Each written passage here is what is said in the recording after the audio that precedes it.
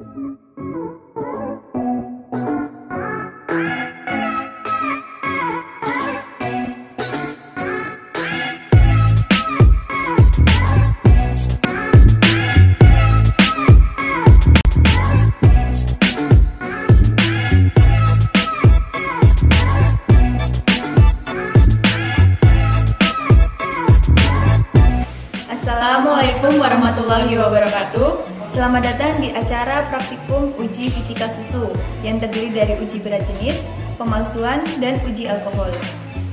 Pertama-tama kita akan masuk ke uji berat jenis susu. Prinsip dari uji berat jenis susu yaitu bekerja pada hukum Archimedes, di mana setiap benda yang dimasukkan ke dalam zat cair maka akan bekerja gaya tekanan ke atas yang besarnya sama dengan gaya yang diberikan pada benda tersebut. Selanjutnya kita akan masuk ke alat dan bahan. Alat dan bahan untuk uji berat jenis susu yaitu ada gelas ukur 500 ml, kemudian ada laktodensimeter Quevenue, laktodensimeter modifikasi, dan termometer. Dan bahannya ada susu. Ya, pertama-tama kita akan menguji berat jenis susu menggunakan laktodensimeter Quevenue. Langkah yang pertama yaitu kita homogenkan susu terlebih dahulu dengan cara menuangkan susu dari gelas ukur satu ke gelas ukur satunya.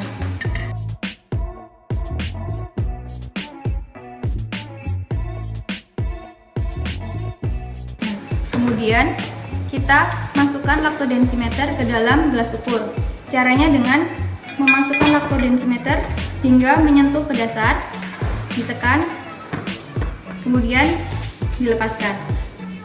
Tunggu sampai laktodensimeter stabil, kemudian kita akan membaca skala dan suhunya. Ya, setelah laktodensimeternya sudah stabil, kita baca suhu dan skalanya.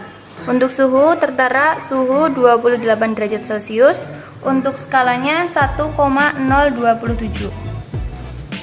Nah, silahkan teman-teman ditulis, nanti silahkan teman-teman bahas untuk laporan.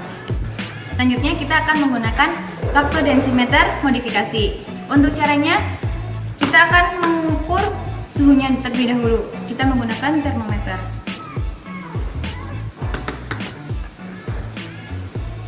Setelah kita masukkan termometer, kita amati suhu yang ada di termometer.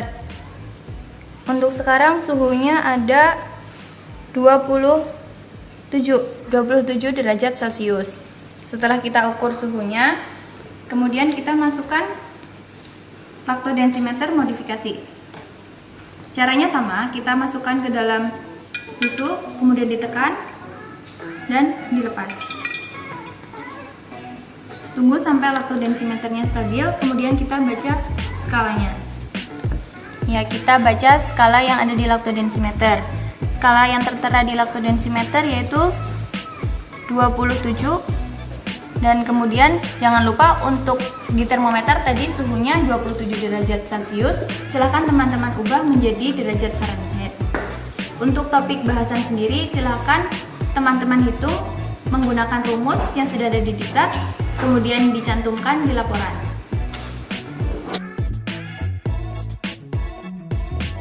Praktikum selanjutnya yaitu uji pemalsuan susu. Untuk uji pemalsuan susu, prinsipnya yaitu susu murni dengan susu yang dipalsukan dapat dibedakan berdasarkan warna, bau, dan rasa secara makroskopis, dan secara mikroskopis dapat diamati dengan di bawah mikroskop. Nah, bisa teman-teman lihat di sini telah disediakan 4 macam sampel. Ada sampel A, B, C, dan D. Ya, kita mulai mengamati dari susu A.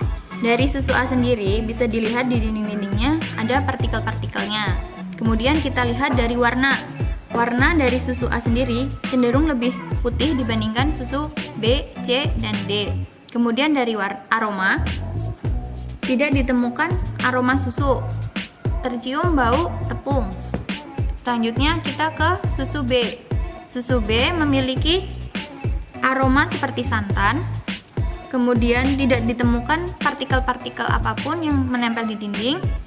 Kemudian dari warnanya sendiri cenderung lebih terang dibandingkan susu A.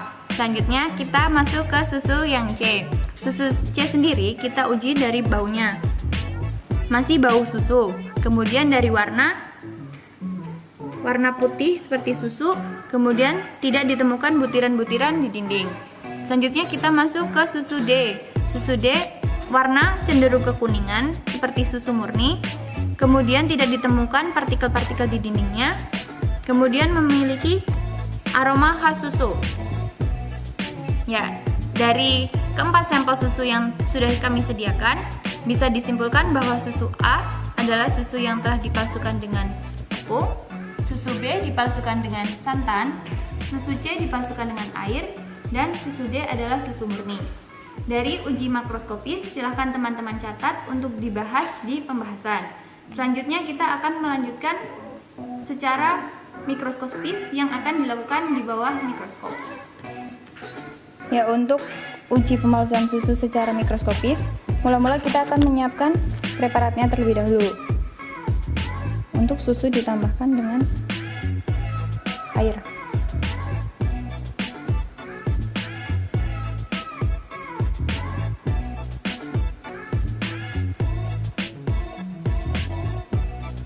Kemudian kita tutup menggunakan cover glass dan siap untuk diamati.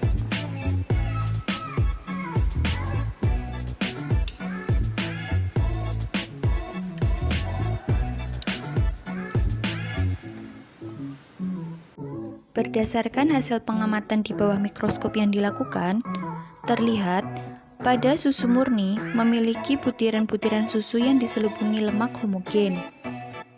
Pada susu ditambahkan santan, memiliki butiran lemak besar dan heterogen. Pada susu ditambahkan tepung, memiliki butiran susu besar heterogen. Dan pada susu yang ditambahkan air, memiliki butiran jarang, bahkan tidak terlihat, dan memiliki rongga udara. Berdasarkan hasil pengamatan uji pemalsuan susu secara makroskopis dan mikroskopis, silahkan teman-teman tulis dan dibahas sebagai pembahasan di laporan praktikum. Untuk uji selanjutnya adalah uji alkohol. Uji alkohol memiliki prinsip, alkohol bersifat sebagai agensia dehidrasi yang akan memisahkan ikatan air dengan protein. Untuk alat dan bahannya, yang pertama ada tabung reaksi, kemudian rak tabung, lalu ada pipet volume, filler, dan beker glass. Untuk bahan-bahannya ada susu, kemudian ada alkohol 50%, alkohol 70%, dan alkohol 96%. Untuk cara kerja yang pertama, kita akan memasukkan 2 ml susu ke dalam tabung reaksi masing-masing 2 ml.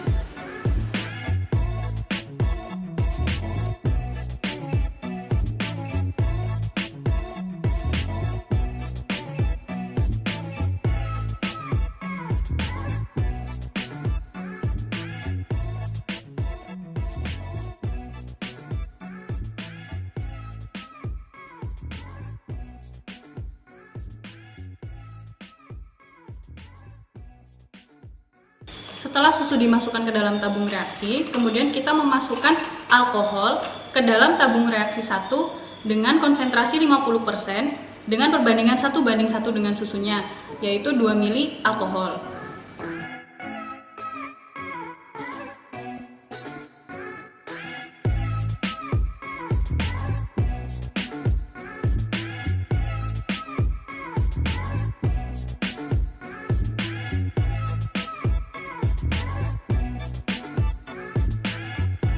Selanjutnya, untuk tabung yang kedua, kita memasukkan alkohol 70% dengan perbandingan 1:1 dengan susunya. Jadi 2 ml alkohol. Untuk penggunaan pipet volume, untuk masing-masing dari alkoholnya menggunakan pipet volume yang berbeda.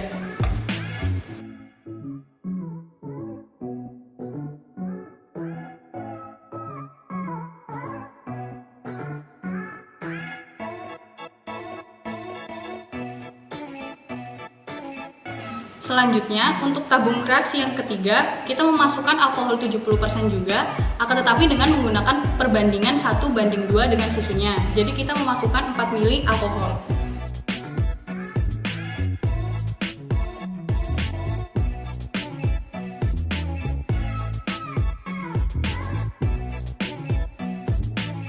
Setelah itu, untuk tabung reaksi yang terakhir atau yang keempat, kita memasukkan alkohol 96% dengan perbandingan 1:1 dengan susunya, yaitu 2 mili alkohol.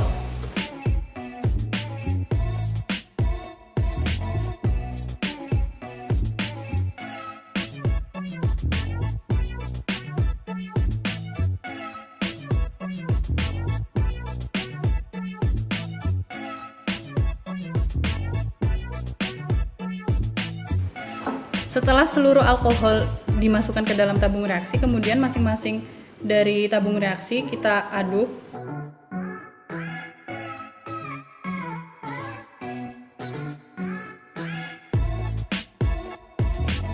Kemudian setelah itu kita amati butiran yang tampak pada dinding tabung reaksi.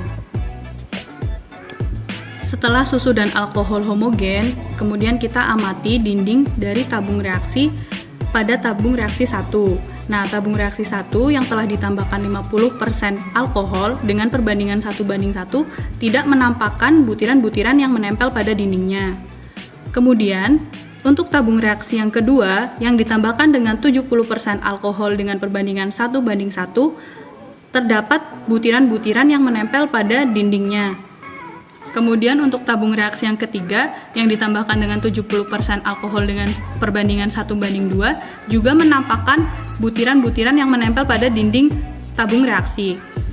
Kemudian tabung reaksi yang keempat yang ditambahkan dengan 96% alkohol dengan perbandingan 1:1 menampakkan banyaknya butiran-butiran yang menempel pada dinding tabung reaksi.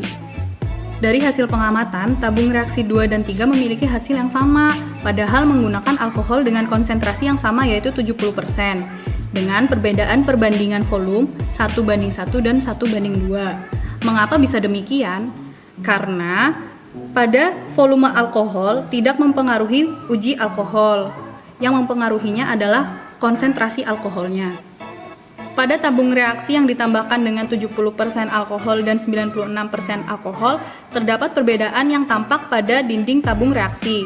Pada tabung reaksi yang ditambahkan dengan 96% alkohol, lebih banyak butiran yang tampak, karena alkohol yang ditambahkan sebesar 96% apabila dimasukkan ke dalam susu, akan langsung merusak susu karena tingkat keasamannya yang terlalu tinggi. Dari pembahasan tersebut, silahkan kalian jadikan bahan untuk pembahasan pada laporan kalian.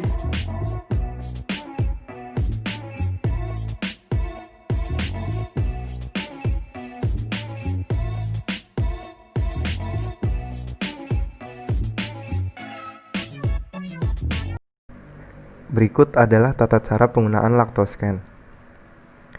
Sampel susu yang telah disiapkan diletakkan pada pipa Lactoscan. Kemudian karena kita menggunakan susu sapi, tekanlah tombol Q pada layar Lactoscan. Tunggu sampai komponen susu selesai terbaca.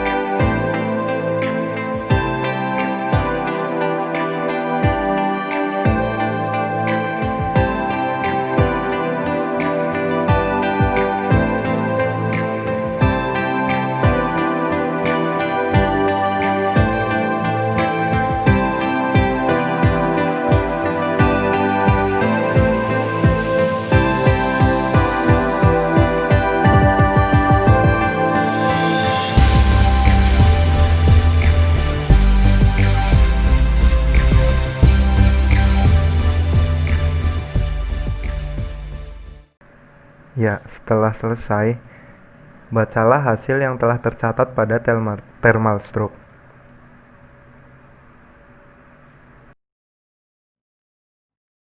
Setelah selesai, bersihkan Lactoscan dengan menggunakan Aquades, lalu tekan tombol cleaning pada layar. Ulangi sebanyak 8 kali sampai Aquades sisa pembuangan menjadi jernih.